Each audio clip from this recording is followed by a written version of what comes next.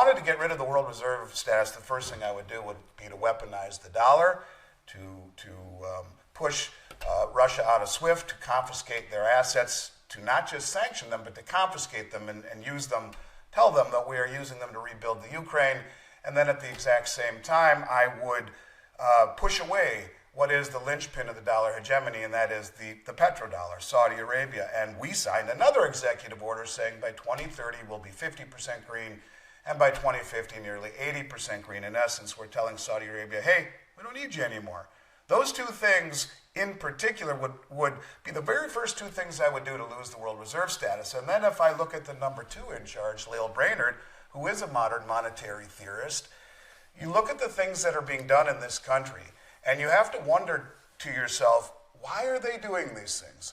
Why are we mothballing all of our energy? Why does, and this is not a political statement, but why are people looking at what made this country great, liberty and justice for all, where people would tie inner tubes together with string and float from Cuba or walk from Central America, across, God knows what, and how hot it was, and all of the perils to find liberty and justice. And people look at what's happening in this country, and I think they have to question, is justice being passed out equally? Is it being administered equally? Are we the country that we once were? The fraying of the unity of this country, where, after World War II and the Great Depression, we were a unified country. We were able to stand together and build a great country. We're not unified anymore. It's black and white and red and blue and vax and no vax and rich and poor, and we're very, very much just not the same country we once were. Now, what I'm getting at is simply this. I ask you, could this possibly be intended?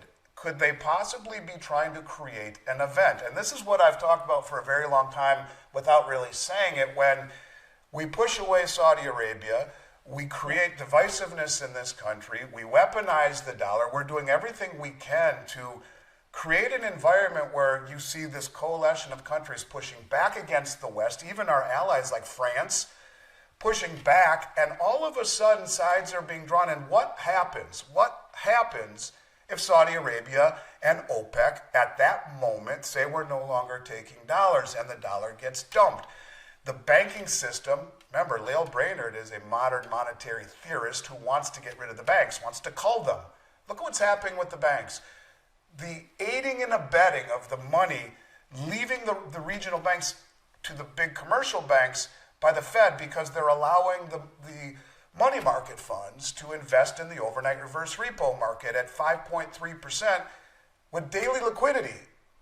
There's no reason to stay in these fractured regional banks. You see this event, or whatever event it is, that creates this chaos where the banks fail and they will be bailed in, not bailed out.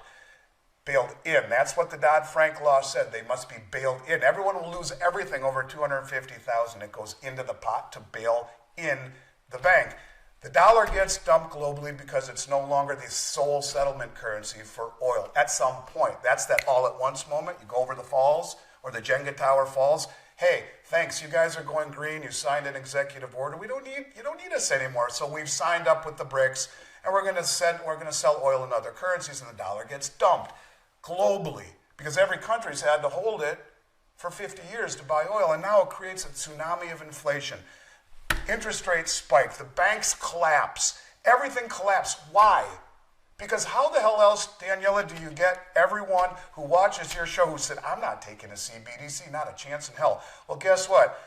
The $155 trillion in debt that the U.S. has, $32 trillion on balance sheet, Medicare, Medicaid, Social Security, and government military pensions, $120 trillion, that's owed to the American public, mostly. And as China and Japan and Saudi Arabia dump treasuries, who's buying them all? The American public. So if you create an event, purposely, knowingly, you push away Saudi Arabia, you create this event where the dollar, we're not clinging to the privilege of the world reserve currency, just like the number one economic advisor in this country would like. Instead, we are incentivizing de-dollarization, and ultimately that moment where there's an event created, where, by the government's own admission, we have 5 trillion in assets backing 155 trillion in debt, the largest asset, 40% of our assets are student debt.